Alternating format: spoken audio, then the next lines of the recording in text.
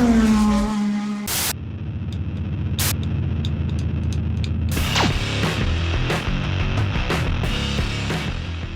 many of us truly know what our purpose in life is? How many of us truly actualize that dream into a reality? How many of us dare to dream but with our eyes open? Grit, determination, insane level of optimism, and sharp skills is what separates the boys from actual men. It's what separates the dreamer from an achiever. It's what makes a hero out of a passionate rider.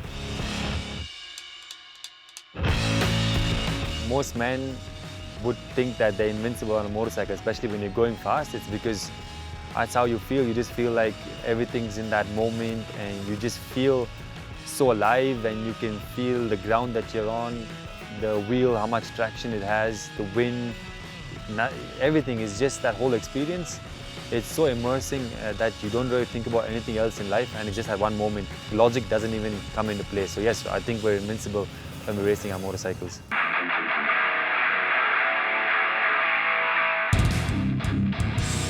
When I got a motorcycle and I was better than my friends, I was like, yeah, we used to go out the palace ground and just ride in the tracks there, or go onto some private properties and then go and ride the dirt tracks, and I was better than all my friends. And then I said, you feel good because you're better than the people that you're competing with. But then I said, this is not enough. So I found a competition to go out and compete, and that's how it started. First it was a small competition, and then it was a national championship. The drive was always trying to be the best that you could be. Think about this sport, and people say that it's a dangerous sport. I don't really think it's a dangerous sport, Yes, you can get hurt. It's not like playing a ball sport. Every time I throw my leg around a motorcycle, I know that I could get seriously hurt, but it's not something that I think about. I know it in hindsight. Now when I sit and I think about it, yes, I acknowledge that, but it's not something that sways my decision to go racing. I think life in general is dangerous. Anything can happen at any point in time. Nothing is guaranteed in life. Only thing is that once you're born, you're sure to know that you're going to die at some point in time.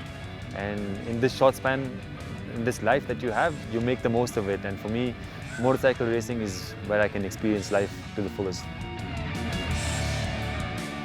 Well, I've had a couple of crashes, and not that many, but I've had a couple of crashes, and I've been unfortunate at the Abu Dhabi Desert Challenge because I was on fire. The thing about motorcycle racing is not that if you're going to crash, it's only a matter of when it's going to happen. I think the people that are really affected, apart from me, is the people that really love you, your family and friends. And but I think now at this point in my life, they accept who I am and this is what I do, and this comes with that territory, Well, I knew I was the best in India, but I knew that I was the big fish in a small pond, and I knew the world is much bigger than this. And also the fact that motorsport wasn't really big in India. I knew the best riders of course from Europe and in America. So I wanted to go and compete and see where I stand. So my first step was to go and be competitive in Asia. So that's why I went and did the motocross championship in Asia. Doesn't look like it because they're now in the last lap, and only a miracle can now turn the tables. There's number 22, Santosh In leading the race and now moving towards the tabletop to finish the race. But those 10 years that I did racing in India, in supercross, dirt track, all of that, I never even thought in my head that I would want to do, first of all, rallying or even the Dakar, because we used to have a rally team in the team at TVS, and I used to think these guys are crazy. Like, why would I want to go out and race roads that you don't even know on? I thought it was just a bit too dangerous. So I always stuck to supercross. Towards the end of my career racing supercross, I got a bit stagnant and I was bored, and I wanted a little bit of challenge. So I think that's how I did my first raid the Himalaya, because I'd done everything else in India, and I said, this is the only thing that's left. So I did the raid, and after that did the raid was when there was talk about the Dakar. Until then, there was never really talk about anything. I've come a long way. I forget sometimes the things that I had to do to go through to be actually sitting here and actually having that opportunity to compete at the Dakar. Being the first one, I think it's never easy, but I think it's also a great opportunity for me. I've learned so much in my journey, from just being somebody who used to just race competitions to actually going out and finding a way to make the biggest race in the world. and finding sponsorships, meeting people.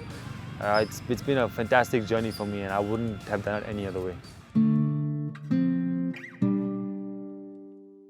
Setting goals is important, and having targets to achieve is important. It gives you direction to work at. But I've noticed over the years that it's not just about taking home those trophies or achieving what you set out to do.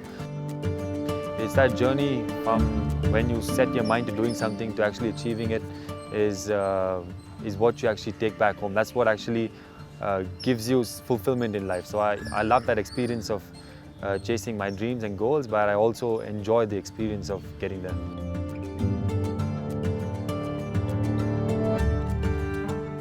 I just want to be known as the guy that lived his life on his own terms, and I just want to know that I got the most out of my life. That the experiences that I have, the relationships that I have, is something that I want to leave behind when I go. And obviously I hope there is some sort of a legacy, because in terms of when I was growing up as a kid, I was fascinated by history books, and that fascination is only because I saw all these great men that left behind something and contributed to society. So I wish at the end of my time I've done those things as well.